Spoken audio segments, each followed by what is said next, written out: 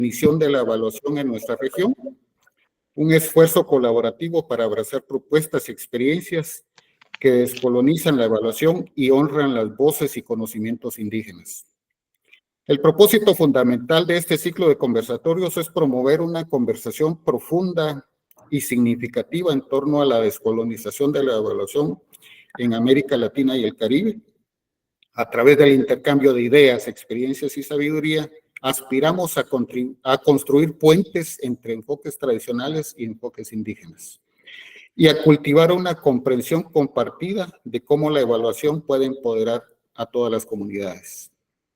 El ciclo de conversatorios comprende 4 sesiones virtuales, esta es la segunda, en las que destacados expertos, líderes indígenas y profesionales en evaluación comparten sus experiencias y perspectivas sobre diferentes aspectos de la descolonización de la evaluación.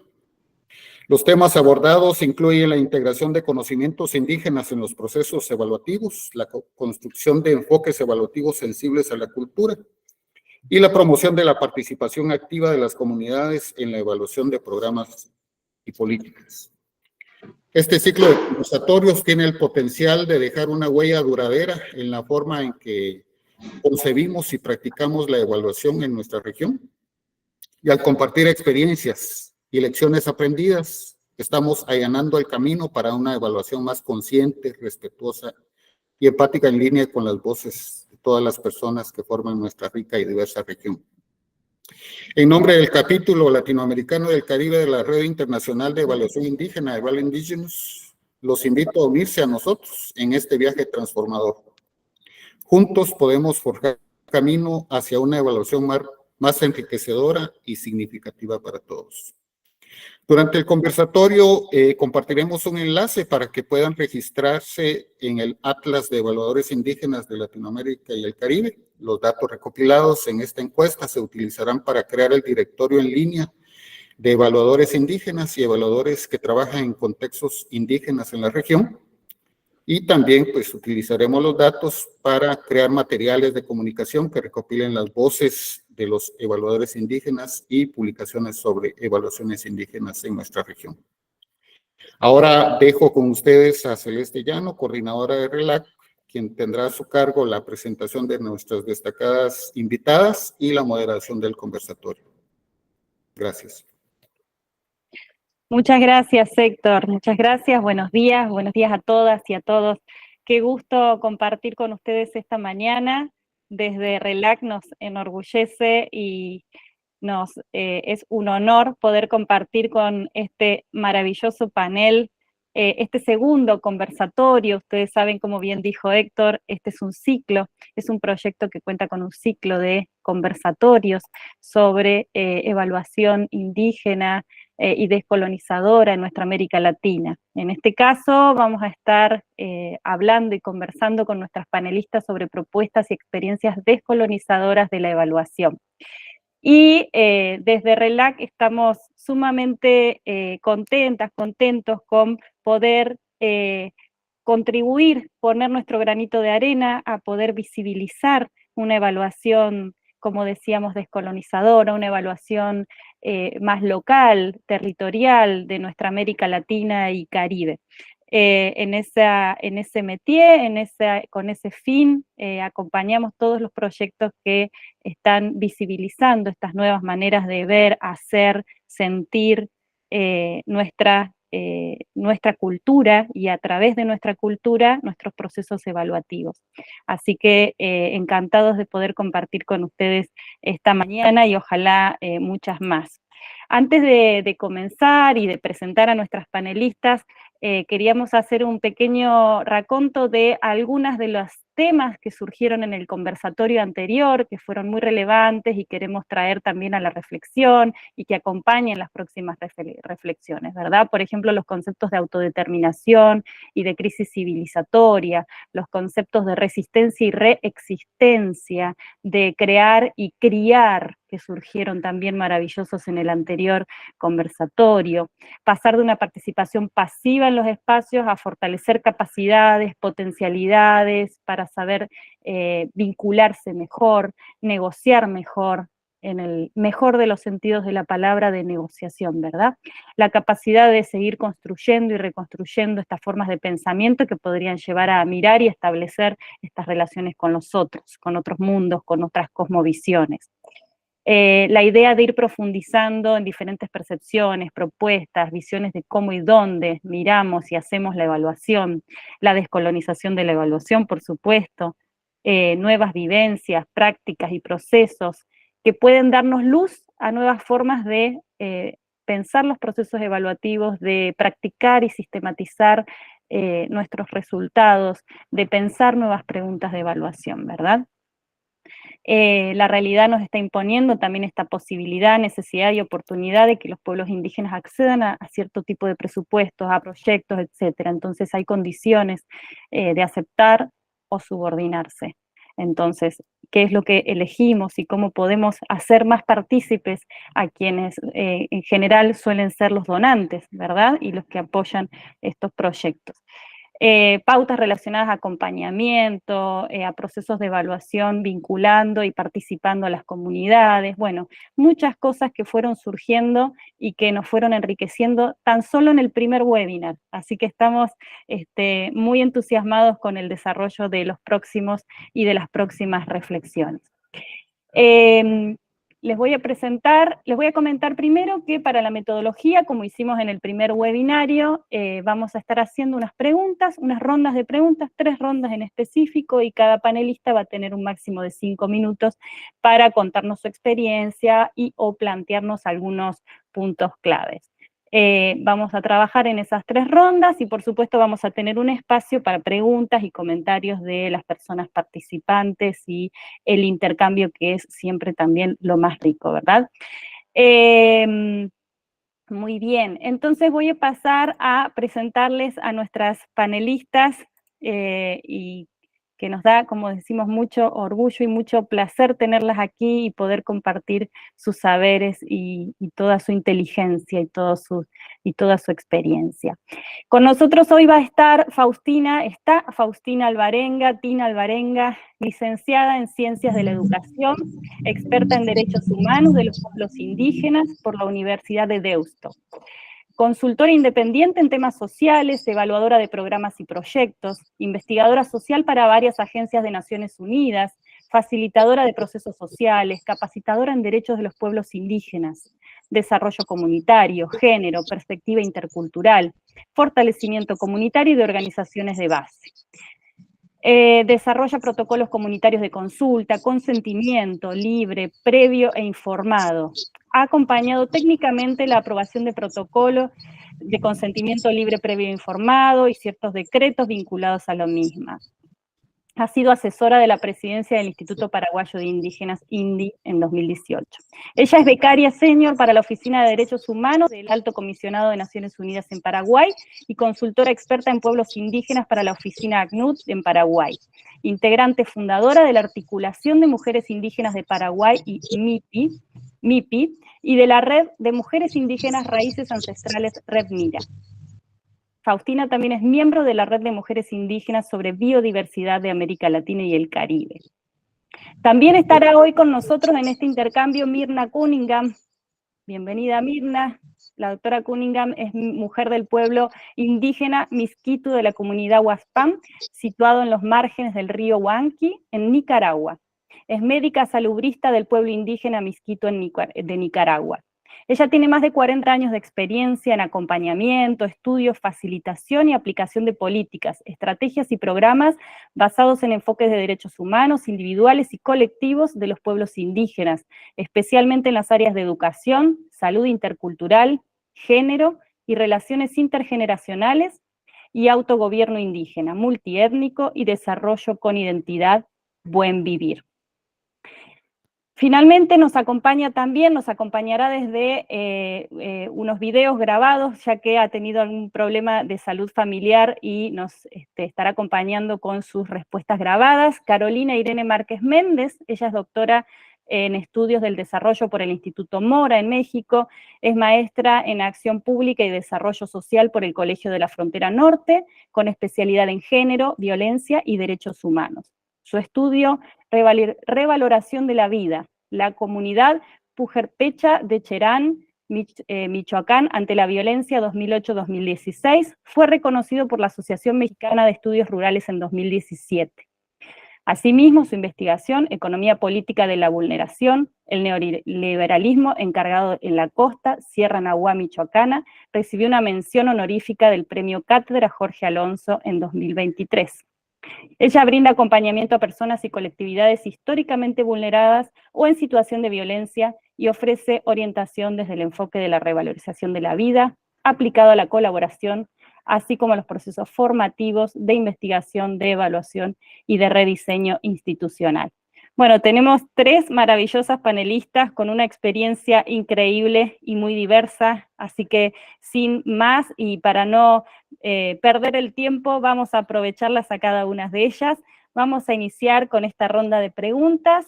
Vamos a iniciar con la respuesta, como decíamos siempre, de Carolina, con su grabación, y luego continuamos con Tina, Faustina y Mirna, si les parece bien. Entonces, la primera pregunta de esta ronda dice, ¿cómo se hace evaluación descolonizadora en la práctica? Y entonces escuchamos.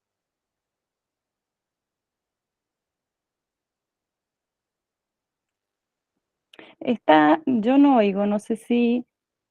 A la red de evaluación Está oyendo.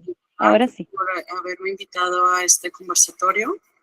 Para dar respuesta a la primera pregunta, yo quisiera decir, bueno, que hay muchas maneras de responderla y que esta es una primera propuesta en expectativa de que se abran más cosas, ¿no? ¿Por qué? Porque me voy a centrar, digamos, en cómo la evaluación se ha realizado siempre por un sujeto que detenta cierto saber experto, pero que la postura desde la cual se habla, pues implica como un no reconocimiento de su contexto, desde todas las implicaciones que tiene su lugar. Y también salta a la luz, digamos, que esta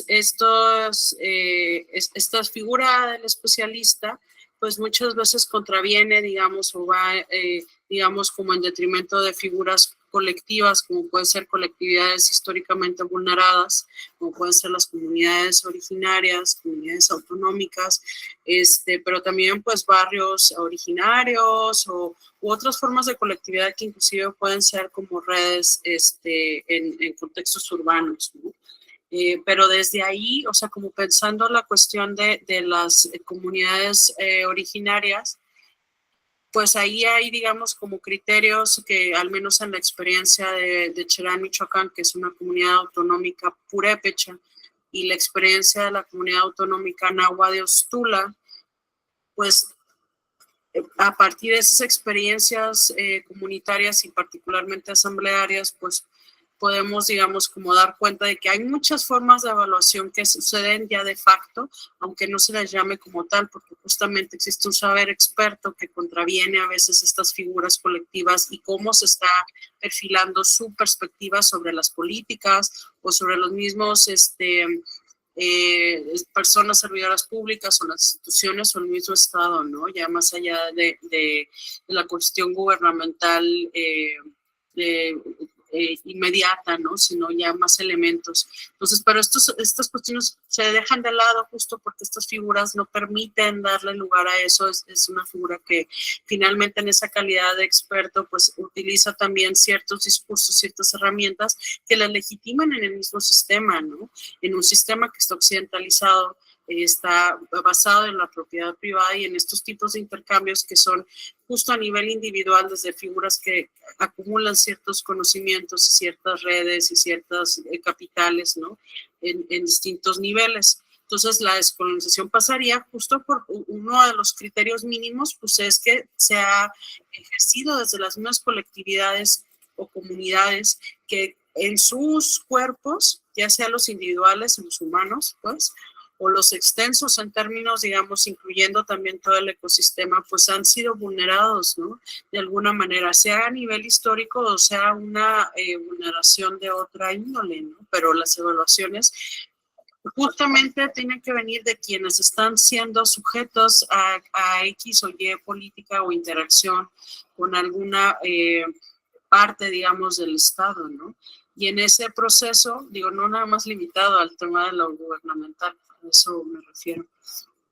Y en ese proceso, pues, tiene que ser autodeterminada la evaluación, tanto sus fines como sus procesos, ¿no? Y no generando elementos donde haya una representación o una suplantación de las colectividades, sino que en todo el proceso, a lo largo de todo el proceso, puedan hacer ejercicio justo de su autodeterminación política a partir de estas herramientas para poder hacer un proceso de revaloración de la vida, un proceso de justiciabilidad por estos medios.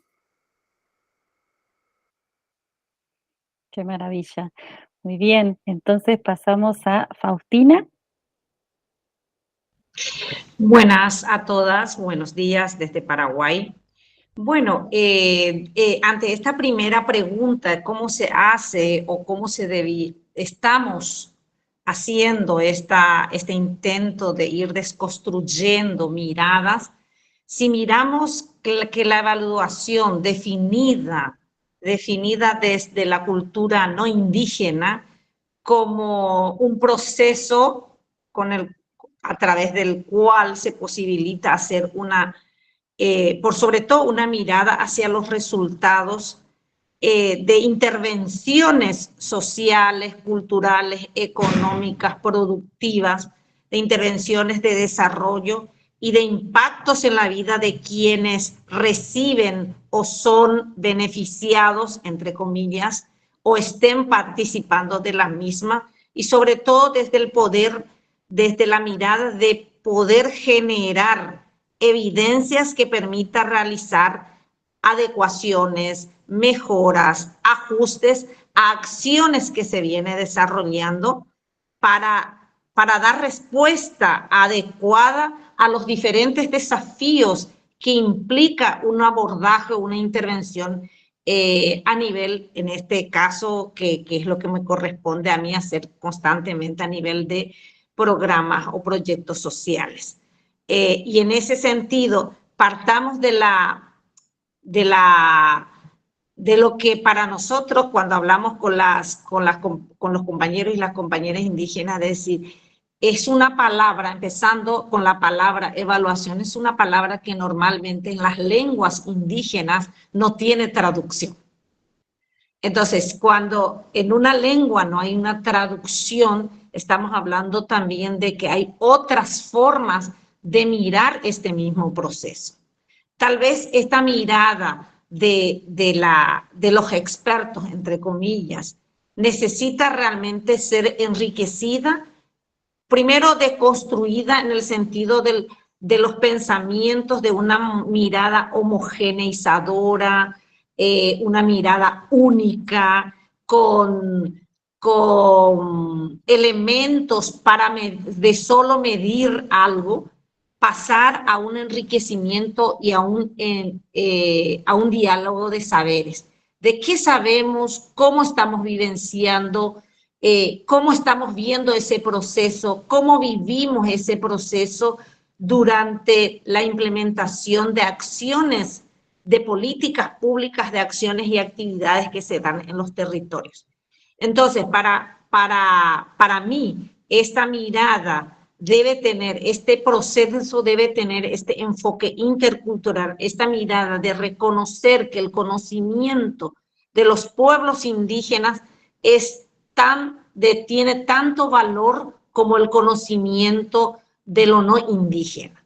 Y deberá, por sobre todo, construirse desde mi punto de vista o considerar variables e indicadores socioculturales desde que posibilite visibilizar aquellos condicionamientos, factores, causas que están por debajo de los de las diferentes formas de medir de cómo realmente se llega a un resultado o no, y de implementar estas acciones desde, con y para los pueblos indígenas. Por ello, para mí la evaluación, no, si bien desde la teoría dice que la evaluación no es solamente al final de un proceso, sino es parte intrínseca de un proceso, sabemos que en la práctica muchas veces no se da esto. Y además, desde el inicio del diseño desde la formulación de una propuesta muchas veces o normalmente, habitualmente no se toma en cuenta el conocimiento o los conocimientos de los pueblos indígenas, la cosmovisión, la mirada de los pueblos indígenas, y en muchos casos ni la participación en esa etapa de la formulación que puede dar los elementos como para poder evaluar o para poder medir o para poder examinar o mirar de una forma específica durante la implementación. La evaluación como es vista hasta este momento, más bien se enfoca mucho a esto que decía de homogeneizar, de igualar, de hacer que todo sea, que todos los elementos, todos los indicadores puedan medirnos misma situación con parecidos resultados, porque descoloca cuando hay una diversidad de elementos que no encaja con esa mirada de seriar, de estandarizar. Cuando estamos hablando de una evaluación sin mirada intercultural, normalmente es monocultural, legitima lógicas que vienen desde lo externo, y obviamente cuando estamos hablando de proyectos de desarrollo tiene esta mirada neoliberal, excluyente, que no siempre es equitativo y no siempre busca relevar informaciones cualitativas que explique por qué un proceso a veces no tiene los resultados que uno busca, ¿verdad? En esta lógica monocultural, colonial, que impone un solo pensamiento sobre otras formas y no tiene en cuenta otro pensamiento más que la que se conoce desde la academia normalmente, porque los expertos en general nos educamos o nos formamos en la academia, y en la academia normalmente en general da esta mirada de un pensamiento único, de un pensamiento, de formas de pensamiento estandarizados.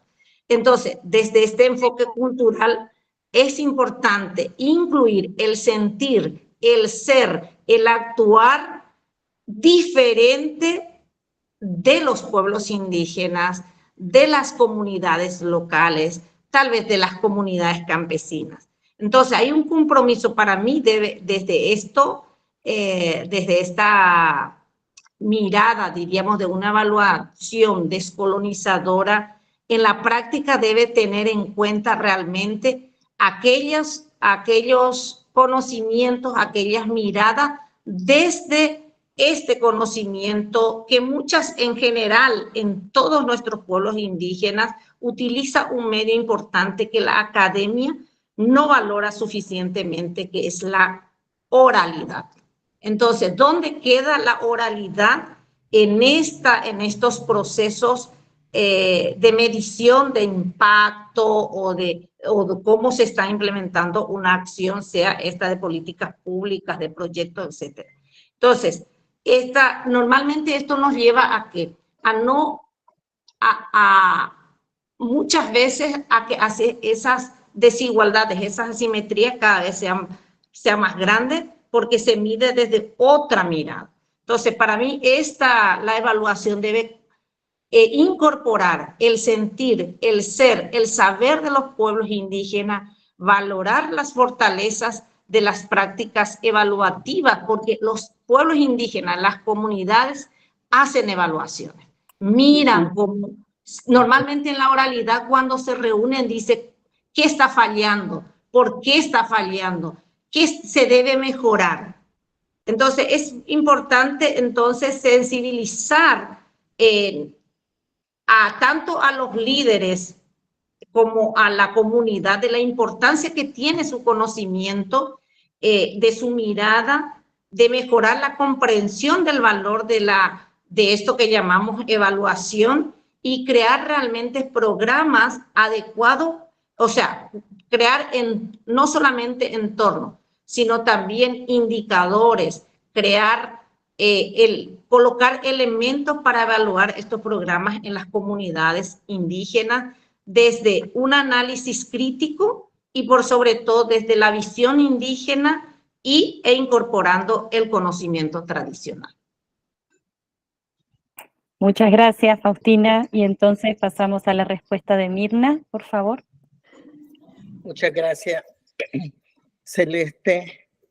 Naxa al Sutralam Kulatara Maikisna, les saludo desde mi pueblo, el pueblo Miskito de Nicaragua. Para hacer evaluación descolonizadora, yo considero que se necesita utilizar un marco que permita desde el inicio dilucidar los factores y condiciones que impactan sobre el tema que vamos a evaluar. Ese marco debe de incluir los derechos de igualdad referidos a las distintas dimensiones de los pueblos indígenas, el nivel de relación con la madre tierra, la relación con otros actores y espacios y, por supuesto, determinantes propios de cada uno de los pueblos indígenas. Ahora, si fuésemos realistas, podemos concluir que no puede haber evaluación descolonizadora si no hay una descolonización total. ¿Quiénes son los que pagan las evaluaciones? ¿De dónde viene el 90% de los evaluadores o evaluadoras? ¿Quiénes definen las metodologías de evaluación? O como decía Tina, ¿en qué centros se forman esos evaluadores? Y por supuesto, las respuestas a esas interrogantes nos pueden hacer concluir que hablar de evaluación descolonizadora es una pura ilusión. Sin embargo, recordemos que nosotros desde los pueblos indígenas hemos hecho muchas cosas para retar constantemente al sistema colonial y neocolonial. Debemos recordar que hemos incursionado en el movimiento indígena a nivel global, desde el sur global, para cambiar la agenda global de gobernanza. Nuestra fuerza, debemos de recordar nuestra fuerza cuando nos articulamos. Debemos de recordar los estándares de derechos humanos que ya hemos promovido para que se establezcan y que deben de ser el marco de referencia. Y además de eso debemos de recordar que hemos creado nuestras propias instituciones y desde esos espacios estamos promoviendo cambios, aunque sean lentos. Imagino que esta red de ustedes, eso es lo que está proponiendo, crear cambios, aunque sean lentos. Y con esto hemos venido tratando de romper las estructuras unipolares, monoculturales, controlar la información, etcétera. Yo tengo una experiencia que quisiera compartir, que me parece que es donde hemos tratado, en un espacio que es el Fondo Indígena Pahuanca, que es un fondo liderado por indígenas, donde nos hemos articulado indígenas de las 7 regiones socioculturales del mundo para apoyar iniciativas que contribuyen al buen vivir, pero utilizando como eje central los conocimientos de los pueblos indígenas. Y desde estos espacios hemos venido implementando que se pueden dar fondos flexibles que respondan a la autonomía de los pueblos. Ellos deciden en qué van a invertir para que su proceso de buen vivir pueda avanzar. Y en ese proceso de definir qué cambio quieren o qué quieren potenciar de sus propios procesos, ellos son los que identifican cómo lo van a medir. Y nosotros lo que tenemos es un marco de referencia que tiene como base la Declaración de la ONU sobre Derechos de los Pueblos Indígenas, el concepto de buen vivir de ese pueblo, relaciones igualitarias entre mujeres y hombres, relaciones intergeneracionales, relaciones entre diversos sistemas de conocimiento, y ese marco permite entonces a la comunidad o la organización definir cómo quiere medir en conjunto con el personal del fondo su propio proceso. Y para esto trabajan una línea base, ellos trabajan y aplican algunas herramientas que hemos diseñado en conjunto, herramientas cuantitativas, pero principalmente herramientas cualitativas que permitan realmente medir lo que desde el punto de vista de las comunidades, lo que ellos quieren, lo que ellos valoran desde el punto de vista cultural, relevante para su propio proceso. Ahora, ¿qué es lo que encontramos? Que realmente encontramos que es importante hablar de evaluación y monitoreo participativo cuando se diseña de forma participativa. Se puede hablar de estos procesos cuando el personal que está trabajando y acompañando a las comunidades no se acerca como los portadores de conocimiento, sino como personal que está aprendiendo en conjunto con ellos. En la definición de estos indicadores y estas herramientas es importante el consenso. Es importante trabajar en los instrumentos para recopilar la información y que estos no sirvan solo para la organización que esté evaluando, sino para la propia comunidad. Y es importante la legitimación, la validación de la información, la socialización de la información.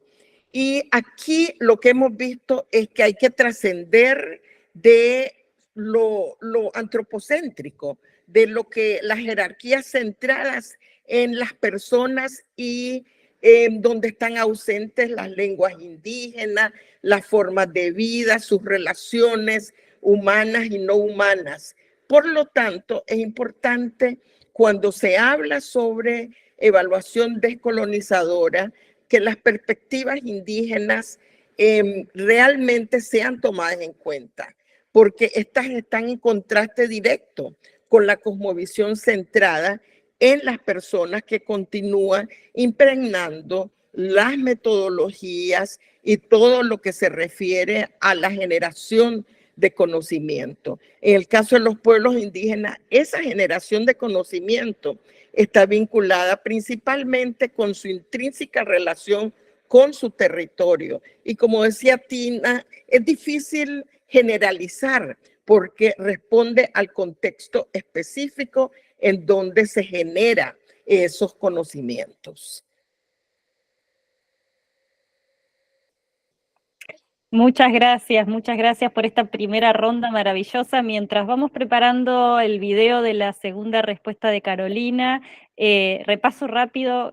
Estoy llena, escrito aquí de tantos hermosos términos, hermosas reflexiones. Pienso en la idea de no suplantar que planteaba Carolina, esta idea de la figura colectiva, los procesos de justiciabilidad, ¿no? Eso me lleva a los comentarios las reflexiones de Faustina sobre esta idea de que la evaluación no tiene traducción en lenguas indígenas, lo cual ya es una reflexión muy importante para pensar en los nuevos conceptos y cómo tenemos que conceptualizar la evaluación de otra manera, ¿no? Que nos permita ese diálogo entre saberes, este enfoque intercultural entre lo indígena y lo no indígena, planteaba Faustina también, que nos lleva a pensarlo, esta idea de no homogeneizar, que Mirna nos concluye maravillosamente con esta idea de tener nuestro propio marco, y que no puede homogeneizarse, no puede estandarizarse, pensar la descolonización total, qué maravilla ese diseño participativo, y me quedé sorprendida con esta idea de trascender lo antropocéntrico, ¿verdad? Porque uno muchas veces plantea, bueno, las personas en el centro, claro que sí, pero nos hemos dejado fuera las relaciones humanas, pero no solo, y las relaciones no humanas, ¿dónde están? Qué maravilla de primera ronda. Entonces voy a leer la segunda pregunta que nos traerá seguro muchísimo también, y nos pregunta sobre con qué recursos humanos, económicos u otros se hace evaluación en los territorios. Entonces, tenemos el video de Carolina por allí.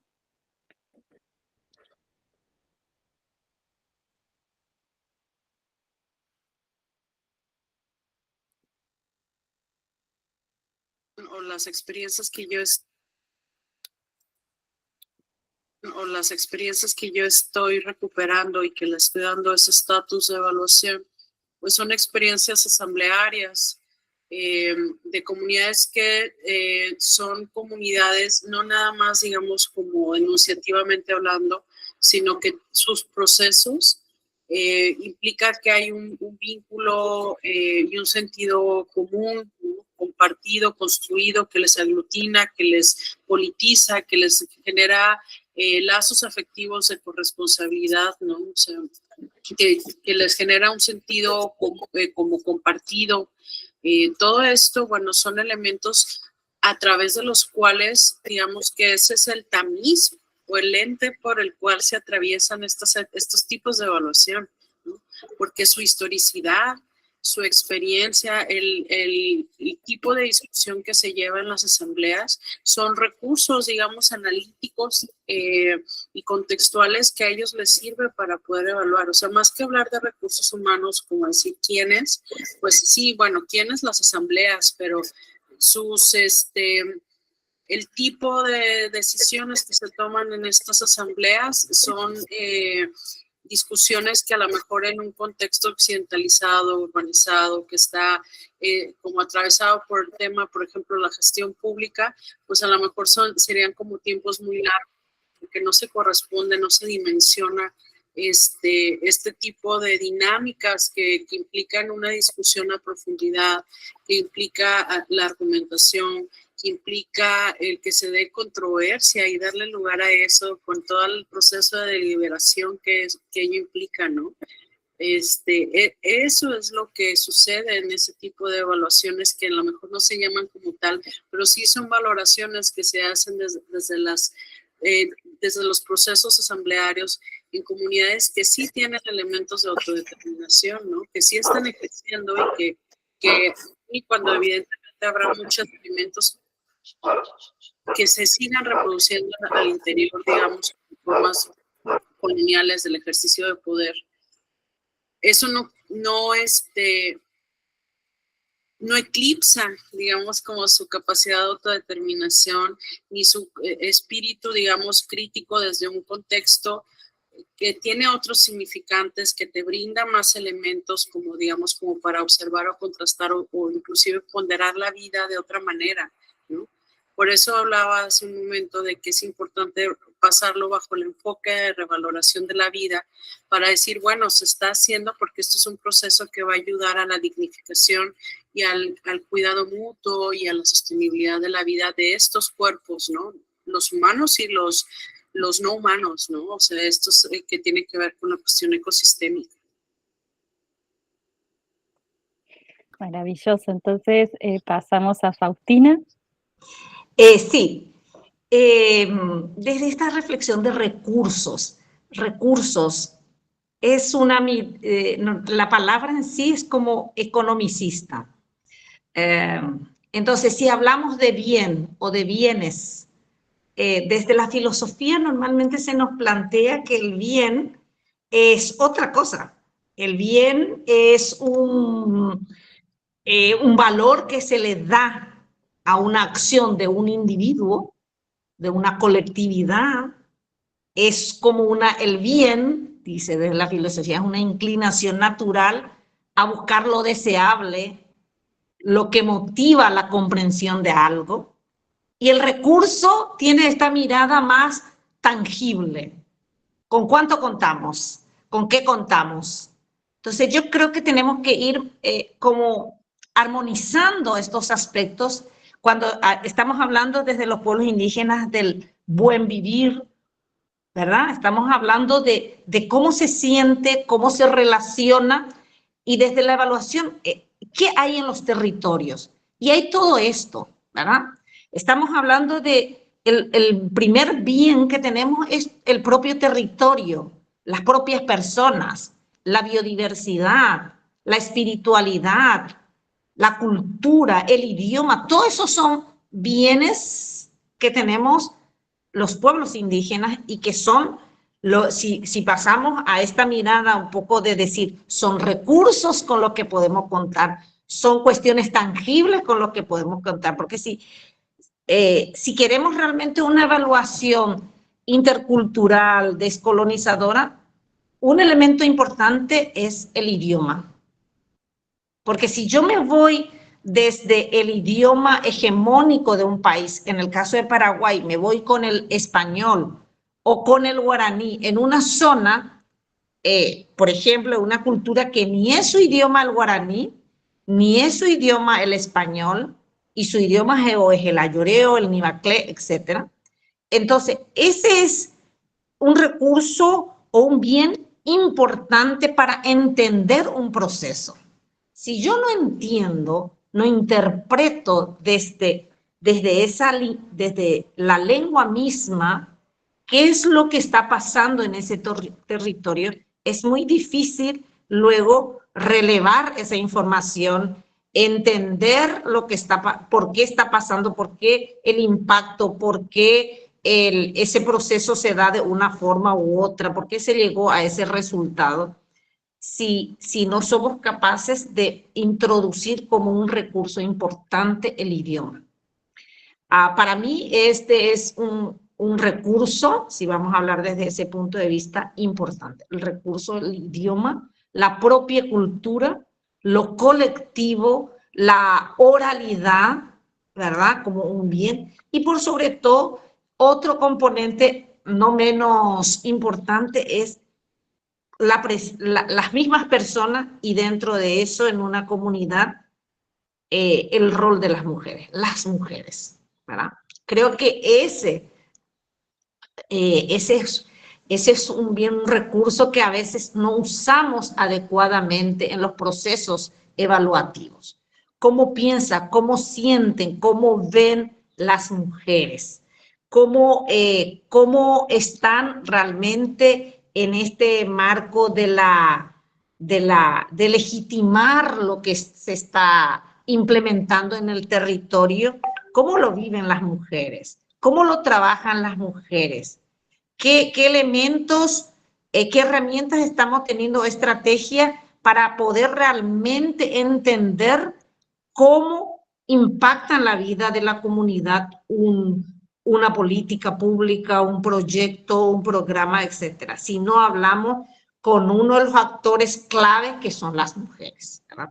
Eso sin dejar de lado a las abuelas y los abuelos, quienes son también, me parece, actores claves con quienes debemos contar y que muchas veces dejamos de lado y no lo tenemos en cuenta, ni siquiera le llamamos para la entrevista, a no ser que sea para sacar datos sobre conocimiento de la medicina tradicional o conocimientos específicos, pero no le involucramos activamente a los ancianos en estos procesos para, por ejemplo, en los grupos focales, cuando uno está relevando alguna información. Me parece que en los territorios. Y lo otro es el tema de cómo se organiza, la organización en sí, la estructura organizativa, la gobernanza propia, también es un elemento, un recurso importante que no se da en otros contextos, sí en los pueblos indígenas y en las comunidades indígenas, ¿verdad? De cómo realmente su estructura organizativa permite tener datos adecuados desde la cosmovisión misma de la gente. Y obviamente es importante mencionar los recursos mismos de la biodiversidad, el conocimiento tradicional, la identidad propia, que es un bien importante que debemos considerar al momento de contar con estos indicadores que construidos con la participación, con la efectiva participación de las mismas comunidades indígenas. Entonces, yo creo que además de recursos humanos, cualificados desde una mirada occidental, pero también cualificados si miramos desde esta mirada más bien cultural. A veces puede ser que esa persona ni lea ni escriba, pero sabe muchísimo. Hay una sabiduría ancestral que nos puede dar la llave o la clave como para entender por qué los procesos se dan de una manera u otra, por qué se llega a un resultado o no de una u otra forma. Entonces, yo creo que en ese sentido, además de la participación de quienes leen, escriben, también la participación de los sabios y las sabias en los territorios son muy importantes. Muchísimas gracias, Faustina. Entonces le pasamos la palabra a Mirna.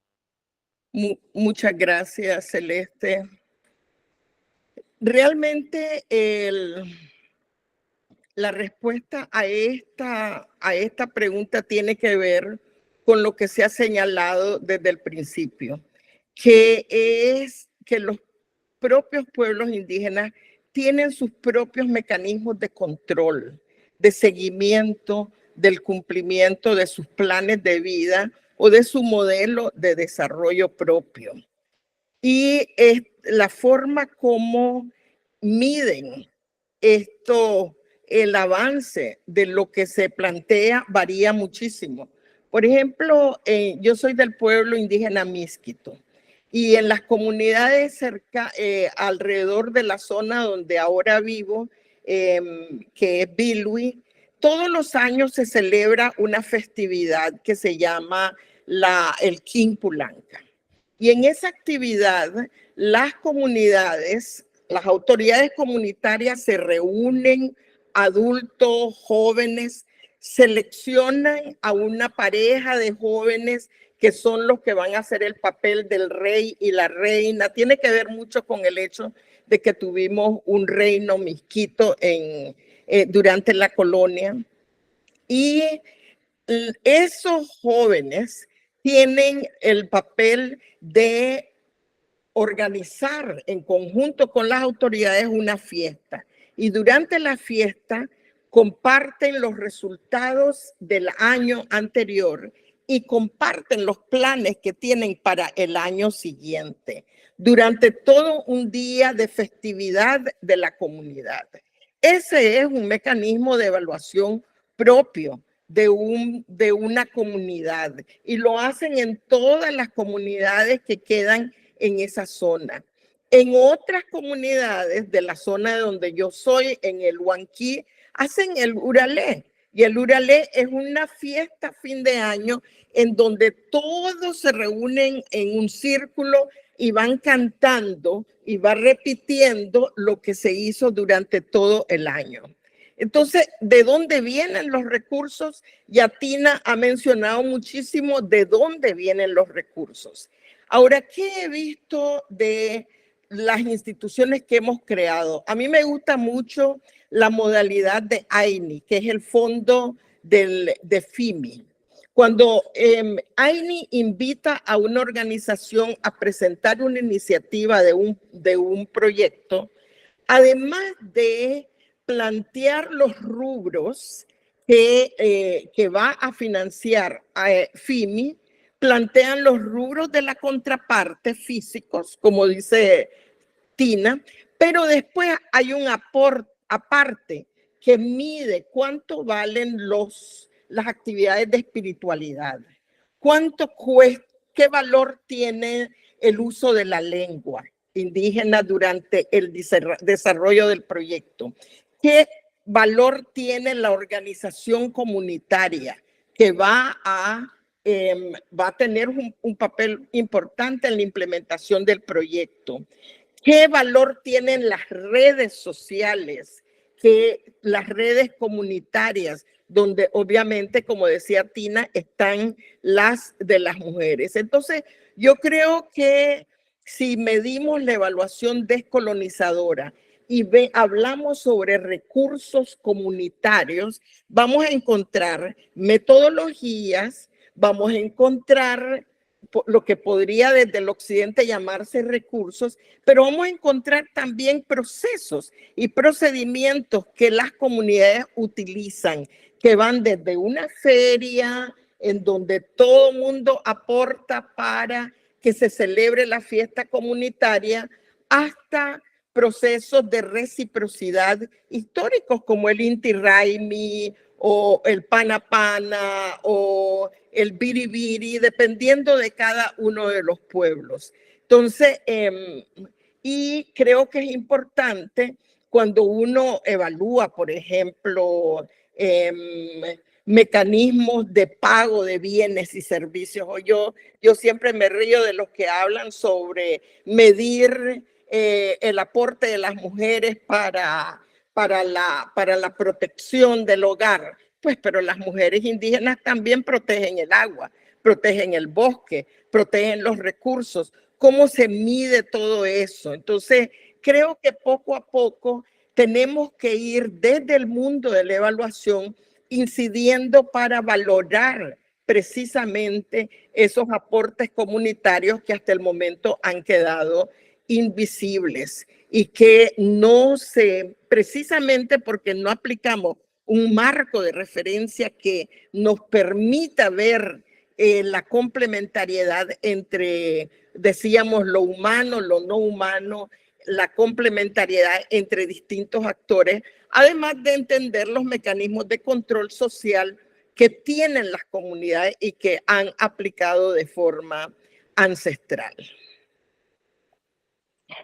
Muchísimas gracias a las tres por esta segunda maravillosa ronda. Mientras preparamos el video de Carolina, me voy a tomar el atrevimiento de tomar este término maravilloso que planteaba Tina de bienes, ¿no? Desde la filosofía, ¿qué bienes tenemos más que recursos? Entonces, qué lindo encontrar otras miradas, otras perspectivas y otros bienes, ¿no?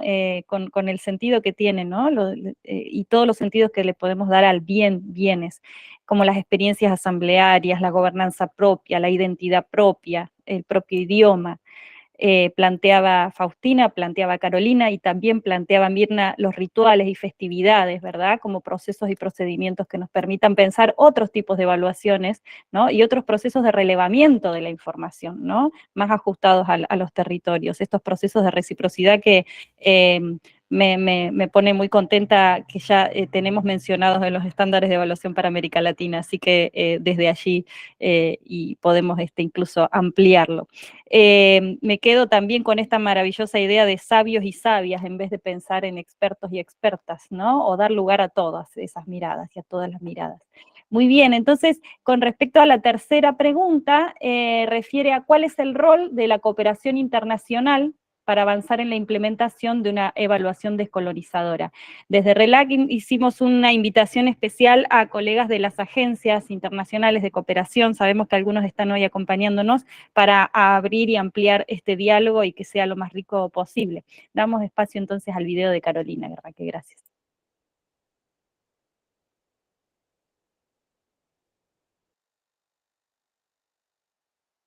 Pregunta sobre el rol de la cooperación internacional y este proceso de implementación de la evaluación descolonizadora, pues yo sugeriría que fuéramos con pies de plomo ahí, ¿no? Porque sí creo que se tienen que generar los elementos suficientes por parte de las comunidades originarias u otras colectividades vulneradas,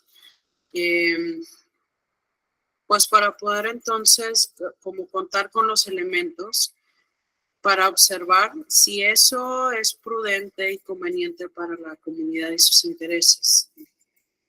¿Por qué lo digo? ¿No? Porque a veces hay una suerte de extractivismo de las instituciones hacia las comunidades que son intervenidas, justo son intervenciones, ¿no? Inclusive así se les llama intervención social en muchas ocasiones, y que eso puede ser muy problemático y puede exponer o vulnerar más a la comunidad como tal. Justo es algo de lo que en algún momento toco en mi tesis doctoral, que se llama Economía Política de la Vulneración, justo teorizando ese tipo de escenarios donde este tipo de intervenciones responden a una lógica que inclusive puede estar ligada a intereses que van en detrimento de la propia comunidad originaria o su forma de vida, ¿no? O su dignidad. Entonces, creo que eso sería importante como cuidarlo. Fuera de eso, me parece que sí es importante tener elementos como incentivos para que se pueda realizar la cooperación, no la cooperación, la evaluación, pero sí pensaría que eso tiene que estar siempre como muy cuidado para que sea a través de sus procesos, con sus herramientas, con su perspectiva de la vida. Y si se van a apoyar, digamos, como en este intercambio de saberes para obtener otras herramientas, pues que no sea lo que prime, digamos, ese encuadre, digamos, de evaluar las cosas desde el punto de vista occidentalizado, porque eso a veces no refleja el sentir o la forma en que lo está percibiendo la gente. Lo que en Occidente, en las ciudades o en los lugares que están urbanizados, occidentalizados, a lo mejor pavimentar una carretera o hacer una carretera o pavimentar una brecha o algo puede ser algo que se festeje, pero de verdad que eso a veces en los procesos de evaluación que yo he visto dentro de las mismas comunidades, pues eso significa que entonces le estás pavimentando el terreno tanto al crimen organizado como al crimen organizado que vive, digamos, en todo este entorno subterráneo de la economía, pero también al que no es subterráneo, al que es formal y que finalmente también eso abre la posibilidad, digamos, como de exposición. Y no quiero decir que con eso, no quiero decir con eso que las comunidades estén cerradas, quiero decir que pierden como elementos de su autodeterminación a nivel territorial. Entonces se puede convertir eso como en un arma de doble filo, ¿no? Que puede vulnerarles. Entonces yo sería muy crítica y creo que se tendrían que generar los indicadores, los incentivos, los indicadores para dar seguimiento a todo el proceso y que podamos entonces garantizar que eso va a ser útil para la revaloración de la vida, porque de otra forma entonces estamos volviendo a encubrir formas de vulneración o violencia que les exponen a las comunidades. Creo que eso, o sea, metodológicamente se tienen que generar los elementos y no nada más a nivel discursivo, ¿no? O sea, el tema de la descolonización pasa por el método necesariamente. Muy bien, entonces ahora le damos la palabra a Tina. Adelante, Tina. Yo creo que debemos empezar por mirar qué entendemos por cooperación, ¿verdad? Hasta ahora, al menos en casi todos, si bien necesitamos cooperar, pero ¿qué se entiende por cooperación? A veces, y en general, creo que cuando hay recursos que envían o uno accede a un recurso, normalmente es desde esta mirada de alguien que tiene más y que impone ciertas cosas, que imponen miradas, que impone agendas, imponen estrategias. Es más, cuando presentamos algún programa, algún proyecto, alguna iniciativa, normalmente tiene que encuadrarse a la agenda de quien coopera, ¿verdad? Entonces, ¿de qué cooperación estamos hablando? Debemos replantearnos qué es la cooperación realmente. ¿Estamos hablando de una relación horizontal o sigue siendo una relación vertical? La cooperación se supone que debe ser parte de esta idea de la horizontalidad y para los pueblos indígenas siempre están abiertos al diálogo, de permanecer siempre, de estar siempre en un permanente diálogo. Es su forma de pensamiento y práctica frente a imposiciones que vienen de fuera. Es el diálogo, él está dispuesto a dialogar, a consensuar, a ver que desde afuera, si es que la cooperación viene desde afuera, es tener esa relación desde la horizontalidad y desde el entender también, de incorporar también el pensamiento crítico de cómo estamos viendo la cooperación. Y en ese sentido, descomplejizar los procesos de esas operaciones, ¿verdad? Hace poco estuve con un proyecto que tiene, que muchas veces impone, y que impone realmente formas de, no solamente en la evaluación, sino el monitoreo, en la implementación. De igual forma, las mismas exigencias para un $5,000 que para 500,000 o 1,000,000. Y no es tener una relación horizontal, equitativo, etcétera, ¿verdad? Entonces tenemos que empezar por replantear cómo es la cooperación y cómo debe ser y cómo los pueblos indígenas vemos la cooperación, cómo queremos la cooperación. Y el otro elemento que me parece que la cooperación internacional debe tener en cuenta es esto que planteaba la colega anterior, que es el tema del extractivismo epistemológico o epistémico, ¿verdad? No solamente hay extractivismo en nuestros territorios de los recursos naturales, etcétera, etcétera, sino también hay ese extractivismo del conocimiento. ¿Cuántos años hace cuántos años vienen llegando las personas de fuera a llevar conocimiento indígena y que no lo reconocen? Nunca somos autoras de esos materiales que son difundidos o que son publicados.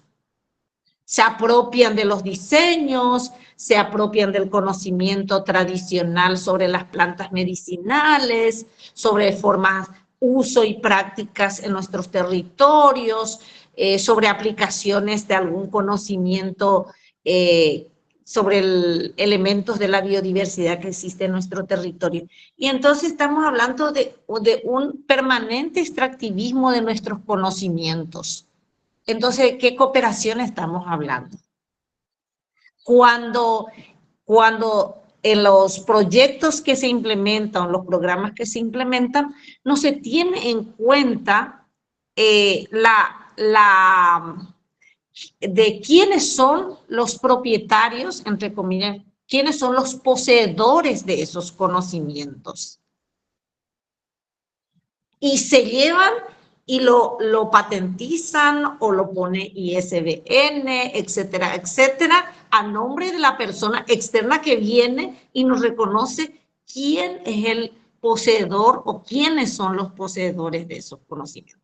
Entonces, yo creo que se tiene que plantear, eso no quiere decir que los pueblos indígenas no querramos la cooperación, sino que necesitamos realmente fortalecer en ambas partes capacidades y conocimientos de quienes trabajan o tienen interés de trabajar con los pueblos indígenas, de manera que tenga esta mirada desde quienes poseen estos conocimientos, desde la mirada de lo colectivo, visibilizar estos conocimientos propios y tener en cuenta en las políticas públicas, reconocerlos al incorporar estos conocimientos en las políticas públicas, en la academia, en los espacios donde se usen estos conocimientos.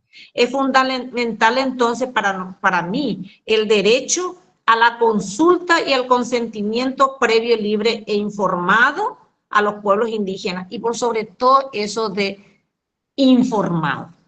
Muchas veces llegamos a hacer la supuesta consulta, de reunir a unos cuantos, decirle qué les parece a usted, ya está, ya dijeron, ya firmaron, ya se fue. Pero no hay una información, porque para que la información sea de buena fe, debe estar bajado con el idioma de la forma en que entienden las comunidades o las personas que participan. Si se habla en un idioma que no entiende o que apenas se entiende, ¿de qué información de buena fe se está proveyendo? Entonces es importante la consulta y el consentimiento con una información adecuada, sin presiones, sin manipulaciones. Resulta fundamental para que realmente estos procesos se puedan dar y llamarse cooperación y no imposición. Muchas gracias, Tina, qué clara. Le damos la palabra a Mirna. Muchas gracias. Realmente, cooperación, como ha señalado Tina, hay distintas instituciones que trabajan el tema de la cooperación. Y si bien en nuestra región la cooperación inició con la conquista y ese enfoque caritativo de ayudar al que no tiene o él se supone que no tiene nada, ha venido cambiando a lo largo de los tiempos, pasando por el enfoque desarrollista, el enfoque de desarrollo humano, y en la medida en que hemos venido reconquistando nuestros derechos individuales y colectivos a través de distintos estándares internacionales de derechos humanos, se habla ahora del enfoque de derechos humanos. Entonces quisiera pensar que nuestras recomendaciones son para esas pocas instituciones de cooperación internacional que ahora están pensando en aplicar el enfoque de derechos humanos. Porque obviamente para las que todavía siguen siendo indigenistas, verticales, irrespetuosas de la diversidad, obviamente que no importa lo que recomendemos, va a seguir prevaleciendo ese enfoque extractivista, como se ha señalado. Si pensamos entonces en esta nueva corriente de cooperación que está tratando de abordar el tema de la descolonización, me parece que la primera recomendación tiene que ver con trabajar con pueblos indígenas como sujetos de derechos humanos. Y sujetos de derechos humanos significa que no somos solo actores, igual que todos, sino que sujetos portadores del derecho a la libre determinación, sujetos portadores del derecho a aplicar nuestro concepto de buen vivir, y sujetos, como se ha dicho, portadores de conocimientos ancestrales que son los que mantienen los sitios y el 80% de la biodiversidad en el mundo. Creo que una de las primeras cosas que hemos tratado de incidir en la cooperación es ser visibles. Y ser visibles significa cambiar la información estadística. Si los pueblos indígenas no estamos en información estadística, pues obviamente, ¿qué vamos a evaluar? No podemos evaluar políticas interculturales si no existimos, si no hay desagregación étnica de género. Entonces, el tema de la desagregación étnica ha sido un eje central para sentar las bases para comenzar a medir cómo impactan las políticas sobre los pueblos indígenas. ¿Cómo vamos a medir mortalidad materna diferenciando las brechas entre mujeres indígenas y mujeres no indígenas si no hay desagregación étnica y de género? Entonces, la desagregación étnica ha sido todo un trabajo de los últimos 40 años para ser medidos a través de la autoidentificación y no a través de otros indicadores impuestos desde afuera. Me parece que el segundo gran esfuerzo que hemos tratado de hacer para que la cooperación cambie tiene que ver precisamente con valorar lo propio. Eso que decíamos, cuando se trabaja una evaluación, hay expertos y puede haber expertos no indígenas, pero hay expertos indígenas. Y esos expertos indígenas son los sabios de las comunidades. Y muchas veces cuando se presupuesta para que los expertos no indígenas puedan hacer su trabajo tranquilamente y los expertos indígenas solo se toman como recursos humanos que dan información, pero que no tienen precisamente las mismas condiciones de trabajo. Me parece que la tercera recomendación para la cooperación tiene que ver precisamente con eso que decimos, que no se puede hacer evaluación descolonizadora si no hay descolonización desde el diseño de la propuesta. Y ver la evaluación como una etapa de ese proceso de acompañamiento y no de intervención.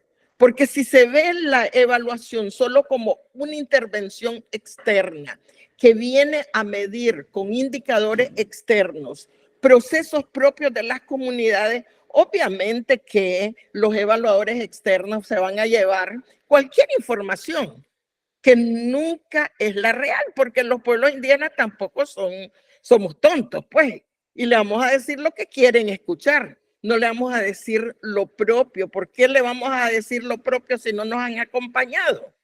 Entonces, me parece que plantearse la evaluación como una fase, una etapa que se diseña en conjunto desde el inicio con las propias comunidades, con los propios pueblos, como una etapa de acompañamiento es importante.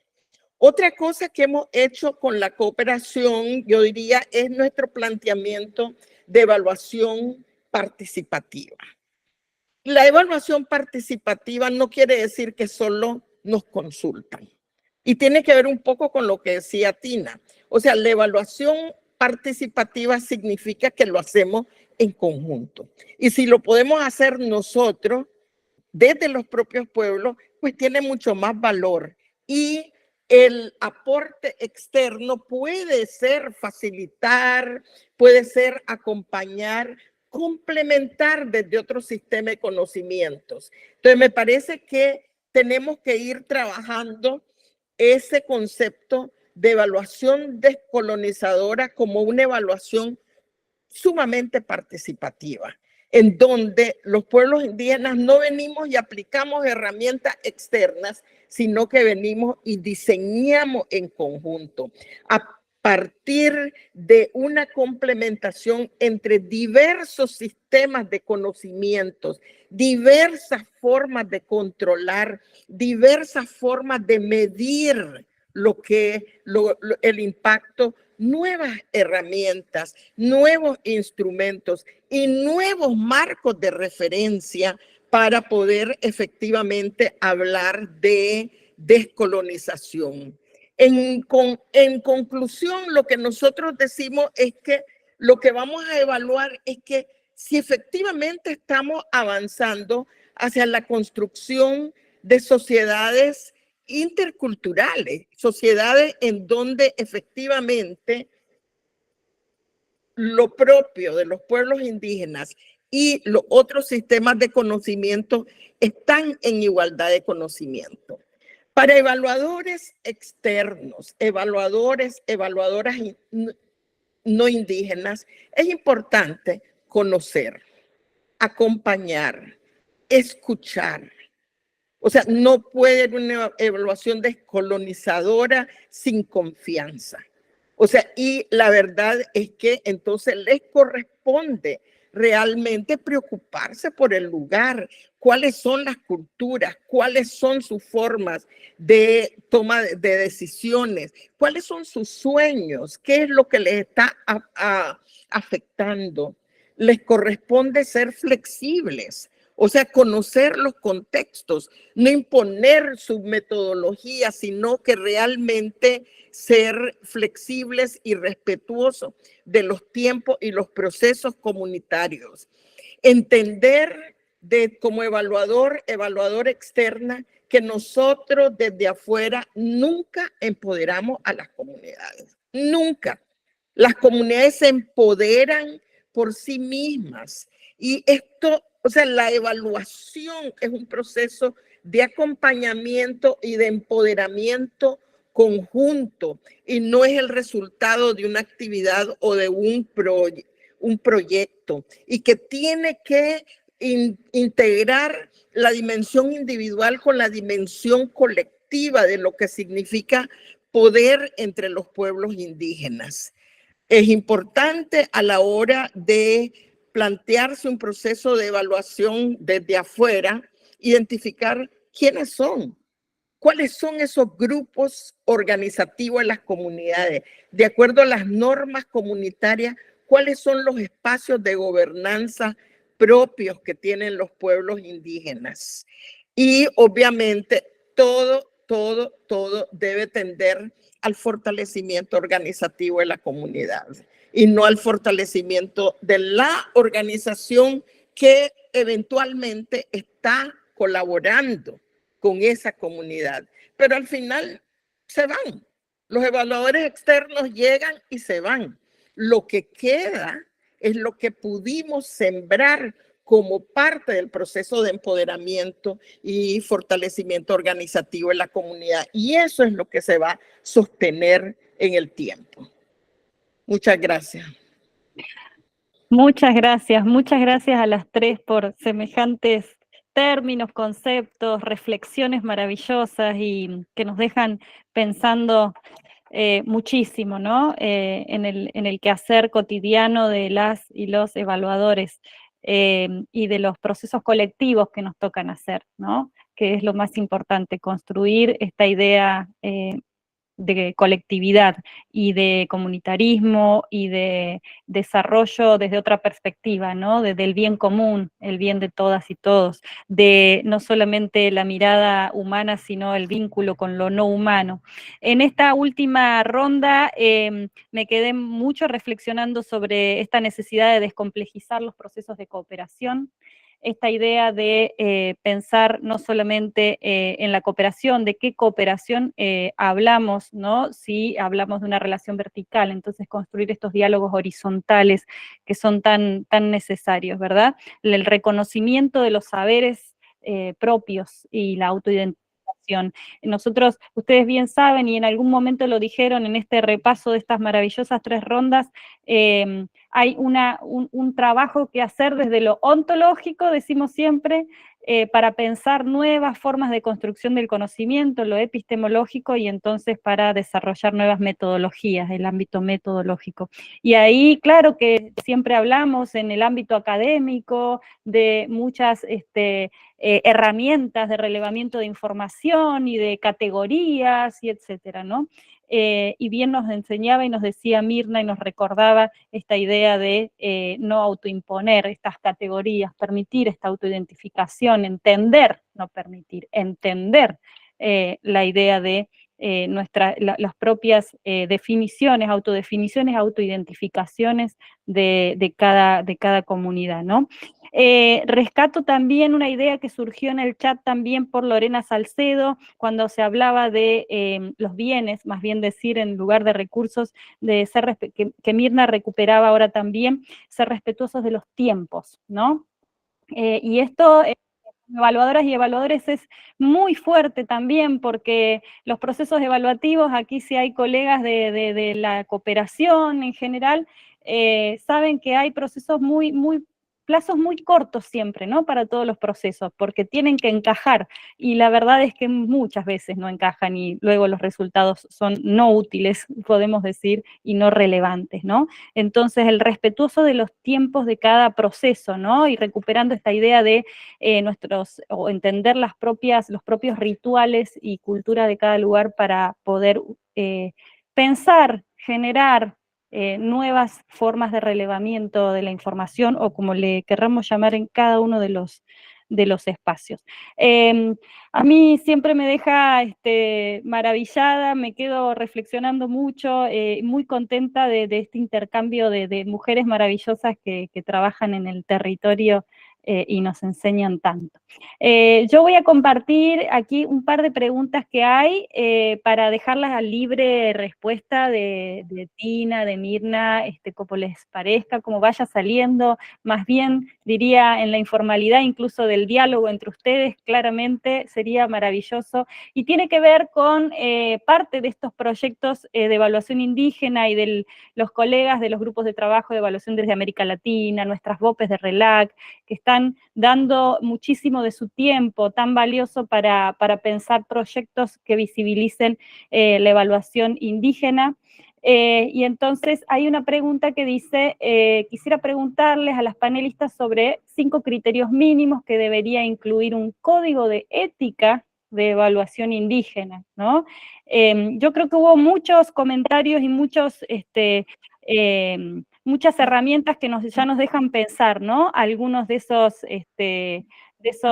principios, pero les dejo ahí la palabra para en ese diálogo a cualquiera de las dos que quiera abrir su micrófono y contarnos un poquito.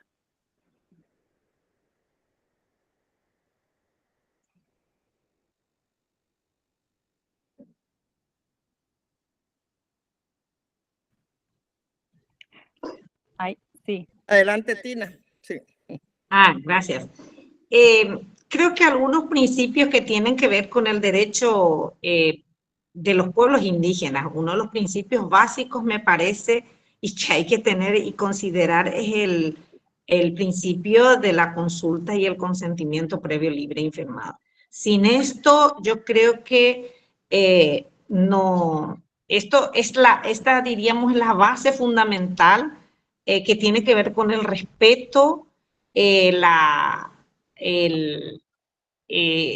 inclusión de esa mirada de la cosmovisión de los pueblos indígenas. Me parece que es un criterio básico.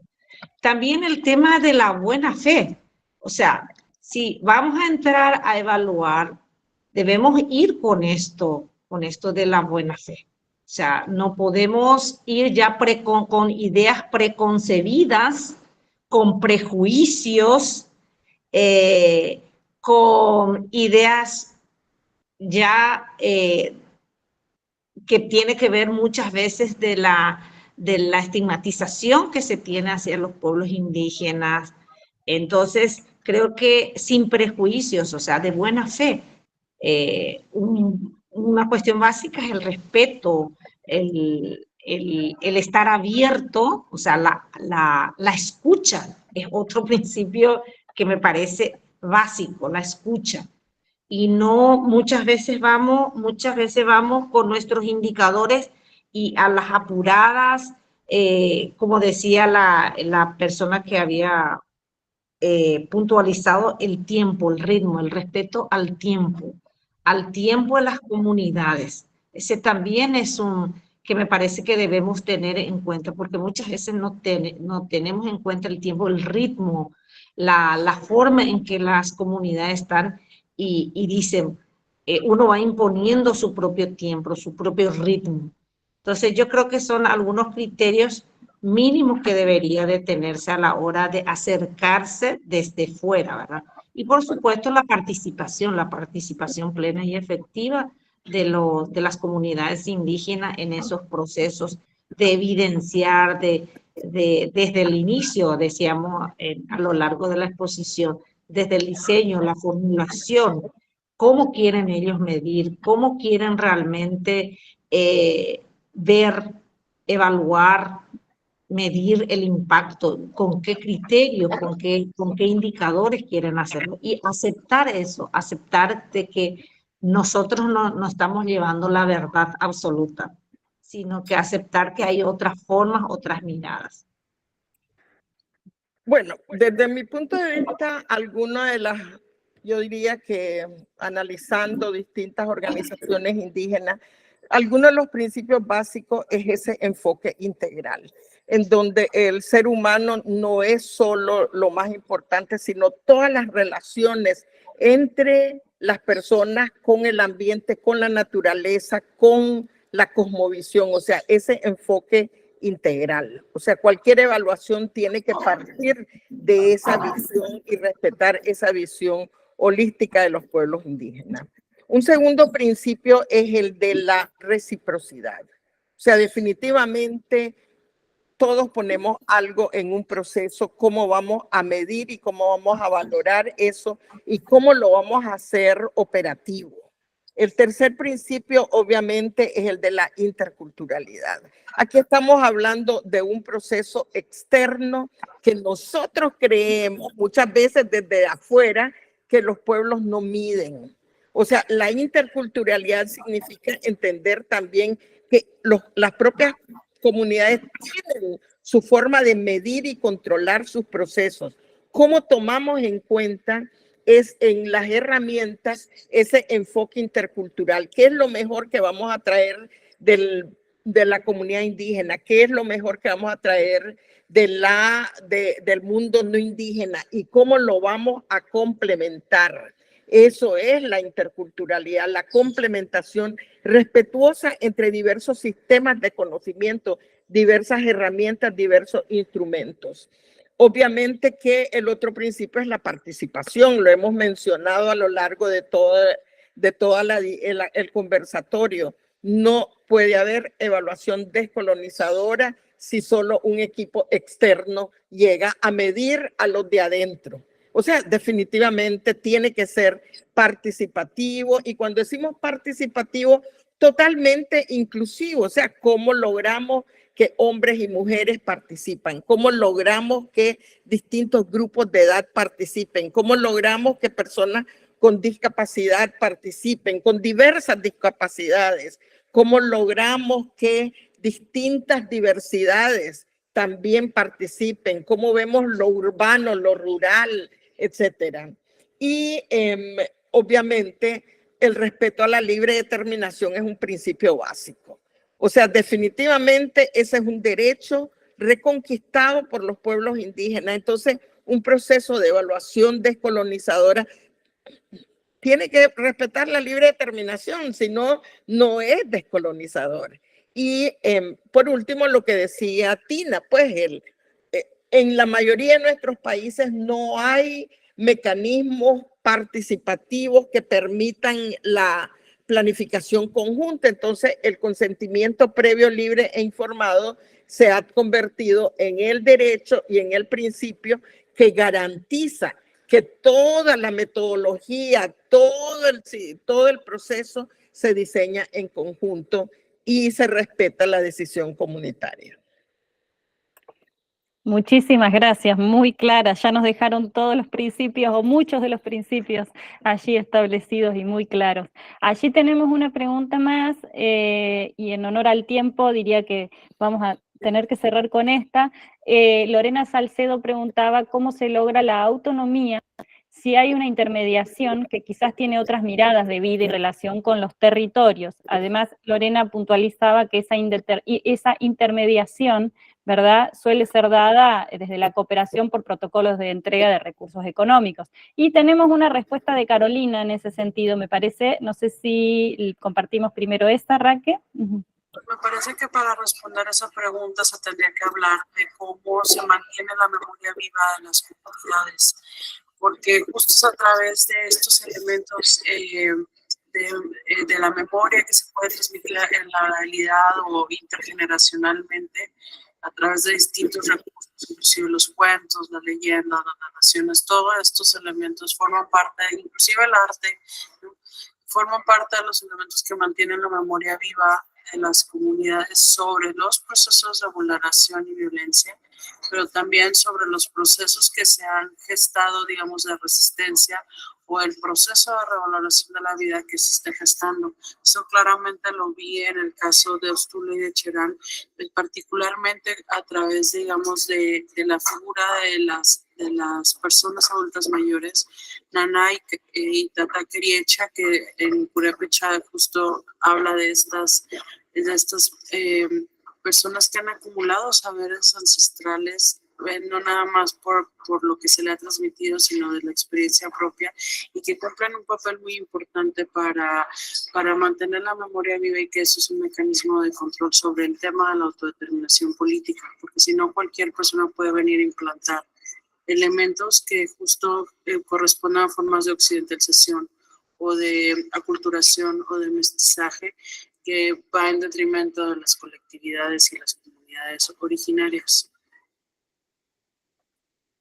Muy bien.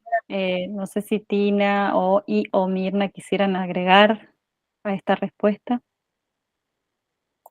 Yo puedo agregar, o sea, cuando uno habla del tema de la autonomía, responde al derecho a la libre determinación. Y la Declaración de la ONU sobre Derechos de los Pueblos Indígenas es muy clara cuando se refiere en el artículo 3 al derecho a la libre determinación que tienen los pueblos indígenas. Y el artículo 4 establece que la autonomía es una forma de ejercicio del derecho a la libre determinación y es la competencia o el derecho que tienen los pueblos indígenas de decidir sus asuntos locales, pero también establece que mantienen el derecho de relacionarse con los de afuera. Y el artículo 5 dice claramente que una de las formas del ejercicio de la libre determinación, podríamos decir una característica, es mantener sus propias instituciones económicas, políticas, jurídicas, etc. Entonces, en un proceso de evaluación, ¿cómo vamos a respetar la autonomía? Primero, vamos a garantizar que participen en la toma de decisión de cómo se va a hacer, quién lo va a hacer, cuándo lo va a hacer, cuáles son los pasos, cómo van a participar ellos, cómo lo van a validar, cómo lo van a aceptar y cómo le van a dar seguimiento. Es la participación plena como derecho a la libre determinación. Pero además de eso, es importante que en cualquier proceso de evaluación se asegure cómo van a participar esas instituciones propias de los pueblos indígenas.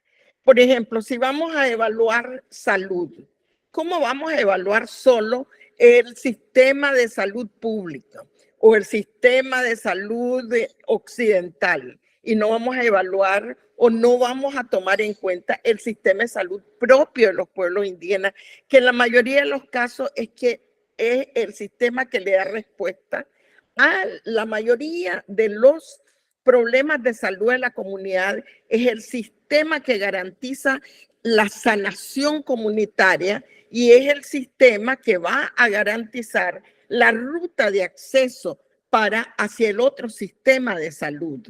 Entonces, ¿cómo vamos definitivamente tiene que tomarse en cuenta esa institución propia de los pueblos indígenas, que no solo es la medicina herbolaria, no solo es la comadrona, es todo un sistema que previene, que trata, que rehabilita y que garantiza la sanación dentro de la comunidad. Entonces, el proceso de autonomía significa que en esas relaciones, entre ese proceso de toma de decisión propio con el mundo externo, nosotros no vengamos a imponer mecanismos que nosotros creemos que son los que van a funcionar, sino que esos mecanismos de relación con el mundo externo para definir todo el proceso se definan en conjunto. Y me parece que el segundo aspecto a cuidar es que en todo proceso de evaluación en pueblos indígenas hay que asegurar esa dimensión individual, la complementariedad entre las dimensiones individuales y colectivas de los derechos humanos, de los derechos de las personas y el derecho de la colectividad, porque ese es un tema importante en el cual no hemos aprendido suficiente desde el mundo externo y creemos que un tipo de derecho es mejor o mayor que el otro, cuando la verdad es que la única forma de ser realmente una mujer indígena que goza de sus derechos individuales y colectivos es en la medida en que yo pueda ejercer mis derechos como mujer, pero también mis derechos como mujer de un pueblo indígena. Entonces, esa complementación entre derechos individuales y colectivos es fundamental. Qué maravilla. Adelante. Sí, solamente agregar, la Constitución del Paraguay es sumamente interesante y quiero compartir con ustedes porque reconoce en este tema de la autonomía, reconoce la Constitución Nacional que los pueblos indígenas, que son ante grupos de cultura anteriores a la formación y organización del Estado paraguayo. Esto es muy importante y ahí ahí estamos hablando de la libre determinación. Nuestra propia Constitución en el Paraguay lo establece y además dice que conservan sus propias instituciones sociales, económicas, culturales y políticas. Además, habla también y en eso reconoce que realmente pueden usar sus derechos consuetudinarios y deben ser respetadas esto, ¿verdad? Entonces, cuando hablamos de libre determinación, en el caso paraguayo no estamos hablando solamente, además de estar dentro de un marco normativo internacional que reconoce la libre determinación, tenemos leyes realmente, y por sobre todo en este caso la misma Constitución que habla que se garantiza la aplicación de los sistemas de organización política, social, económica, cultural y religiosa, al igual que la voluntaria, y acá es muy importante, sujeción a sus normas consuetudinarias para la regulación de la convivencia interior siempre que no atente contra otros principios, ¿verdad? Entonces, en una evaluación que pretende ser descolonizadora, es importante este respeto, este reconocimiento de la forma organizativa de la comunidad, del pueblo indígena. ¿Cómo se organiza? ¿Cómo son sus prácticas? ¿Cómo es la estructura política, social, cultural y sus instituciones instaladas? Muchas gracias a las tres por sus respuestas. Mientras les comento que está circulando el formulario de asistencia y luego habrá uno de evaluación, antes de cerrar con las palabras de Juan Pablo Castillo, no sé si pudieran regalarnos 30 segunditos más, Tina y Mirna, porque Jesús Ventura hace una pregunta sobre cuál es su opinión sobre reconocer económicamente a las personas de la comunidad por su tiempo y conocimiento invertido en los procesos de evaluación y diseño, o es solo para el personal externo, o solo el personal externo tiene derecho. Eso comenta y pregunta Jesús Ventura, si tienen ahí algún comentario sobre sus opiniones en este sentido. Yo creo que empecemos por valorarlo, o sea, yo creo que sí debe ser valorado y monetarizado o una forma de reconocimiento económico. Yo creo que sí. De hecho, hace poco tuvimos una experiencia en donde tuvimos un grupo focal y le hemos reconocido económicamente el tiempo invertido en ese proceso. Porque si nos pagan a nosotras como evaluadoras o como investigadoras por nuestro tiempo, nuestro conocimiento, ¿por qué no incluir en los proyectos, también el reconocimiento monetario económico a quienes están dando la información? Porque hay una práctica que me parece no es respetuosa cuando creemos que nuestro tiempo vale más que de las personas que están ofreciéndonos su tiempo, su conocimiento, igual que nosotros, ¿verdad? Entonces, creo que desde ahí podemos estar iniciando ya una relación mucho más horizontal y debe considerarse dentro de los presupuestos tanto de evaluación intermedia, evaluación de proceso y evaluación final.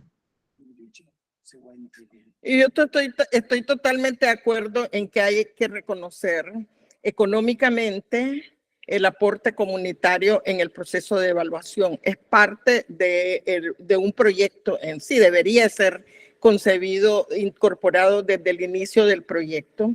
Hay distintas modalidades que se están utilizando actualmente por algunas organizaciones de la cooperación y puede ser no solo el reconocimiento económico a los que participan directamente en la evaluación, sino un reconocimiento a toda la comunidad como tal, con un donativo, lo llaman todavía, un donativo a la comunidad.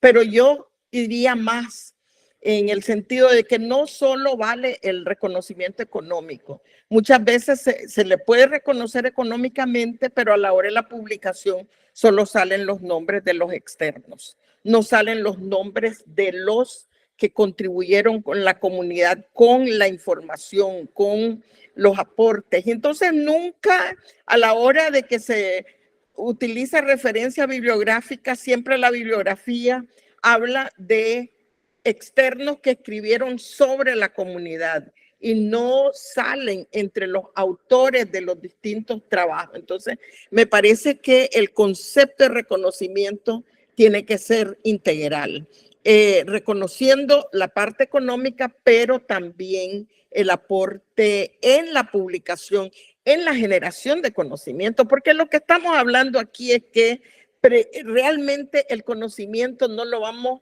a crear los evaluadores externos a partir de los aprendizajes, sino que son procesos de construcción colectiva de conocimiento. Lo que una comunidad aporta son generaciones de aprendizajes que están ahorita siendo portados por la generación actual. Pero la verdad es que eso es un acumulado de generación de conocimiento y hay que reconocer eso también. Muchísimas gracias a las dos por este extra que nos regalaron, que trae de nuevo, ¿no? Esta idea de, en realidad no es un reconocimiento económico, es el reconocimiento del trabajo que se está haciendo. Ahí comentaban en el chat esta idea de la monetización, ¿no? Y que muchas veces nos duele pensar siempre en cuestiones económicas y en cuestiones monetarias, sin embargo, muchas veces es la manera de visibilizar todo ese trabajo que se está haciendo. En todo, y es desde el trabajo voluntario, ¿no? De todo tipo. Entonces, para reflexionar sobre eso también como cierre, me parece maravilloso y les agradecemos muchísimo también este súper interesante intercambio. Mientras les comento que les pedimos que hagan por favor sus aportes allí en el Mentimeter que compartieron para ayudarnos a mejorar estos procesos, estos ciclos. Le vamos a dar la palabra enseguida a Juan Pablo Castillo, que es integrante de Valdius Bolivia y además tiene muchos sombreros para nuestra comunidad, da mucho de su trabajo voluntario, así que agradecidísimos. También, como yo ya cierro aquí, solo decirles e invitarles a participar el 26 de septiembre también al tercer encuentro, ¿sí? De nuestro ciclo. En ese momento hablaremos desde descolonización de la evaluación, desafíos y perspectivas, así que también le esperamos ahí. Y les dejo en las manos de Juanpa para hacer entonces el cierre de este encuentro. Adelante, Juanpa. Muchas gracias, querida Celeste. Solo confirmar que me escuchan bien, por favor. Excelente. Bueno, para estas palabras de cierre, la verdad me siento muy, muy agradecido por esta oportunidad. Primero de participar de este increíble y provechoso conversatorio en el que hemos escuchado a grandes referentes, a grandes mujeres referentes que tienen mucha experiencia en el tema, ¿no? Agradecer a la señora Faustina Alvarenga, a la señora Mirna Cunningham y a Carolina Márquez, que nos ha acompañado con los videos, por compartirnos e inspirarnos con esas palabras reflexivas e importantes, ¿no?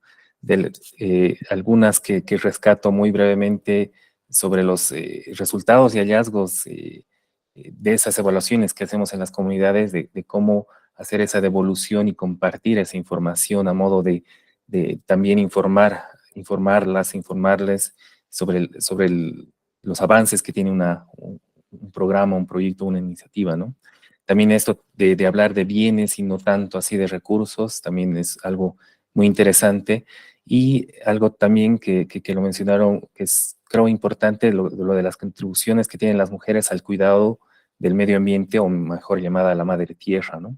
Estas palabras, bueno, que un poco he tratado de rescatar y que muy bien tú nos has resumido también en cada intervención, querida Celeste, pero que son reflexivas y nos llevan un poco a no solo tomar como evaluadores, ya sea en formación o profesionales, o perdernos entre la técnica y la metodología, ¿no? Sino considerar estos otros aspectos y en algunos casos invisibles o que se invisibilizan mientras vamos desarrollando una evaluación, ¿no? Y más aún en poblaciones indígenas, ¿no? Las recomendaciones creo que importantes para los actores que hacen las evaluaciones o que solicitan las evaluaciones, ¿no?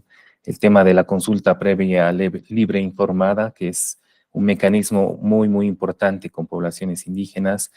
Hablar de acompañamiento y no tanto de intervenciones. Creo que el acompañamiento es un término un poco más inclusivo, si está bien así decirlo. Y la evaluación participativa, que creo que en nuestra región hay mucho potencial y para poder crecer y poder aplicar, ¿no? Más aún en las comunidades, ¿no? Y más aún si se habla de tanto de lo comunitario o en lo conjunto y no tanto, y no solo de lo individual, ¿no?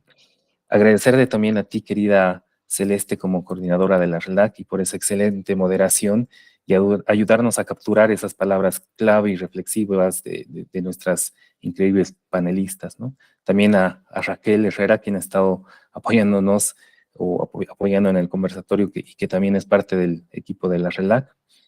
Agradecer también a todo el equipo del proyecto Descolonización de la Evaluación Voces desde lo Local, Héctor Cuy, Víctor Manuel Quintero, Marta Lanza, que son de este equipo, y también agradecer a Lisi Montaño de la Red Mebol y a la Red Mebol también, quienes han estado, bueno, tanto este equipo con la Red Mebol llevando adelante estos interesantes conversatorios y que nos hacen repensar a la evaluación desde esta mirada de los pueblos indígenas, ¿no?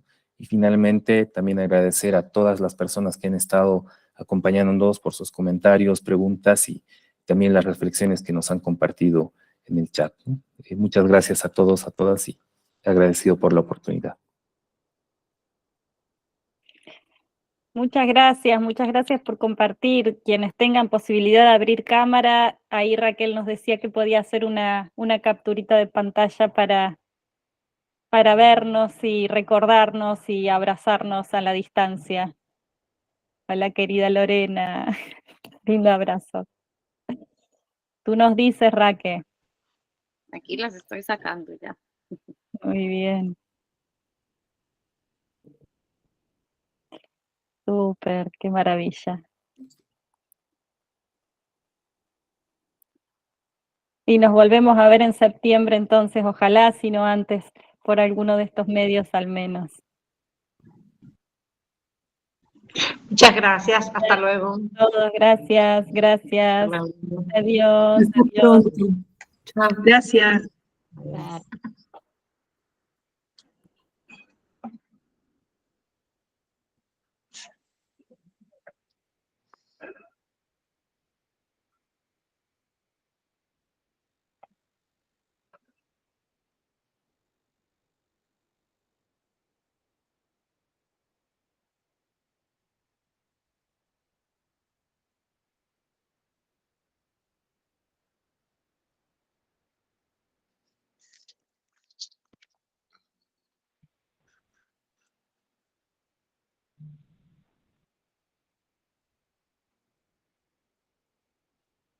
Muchas gracias, muy amables. Perdone la vista. Qué cosa tan buena esto.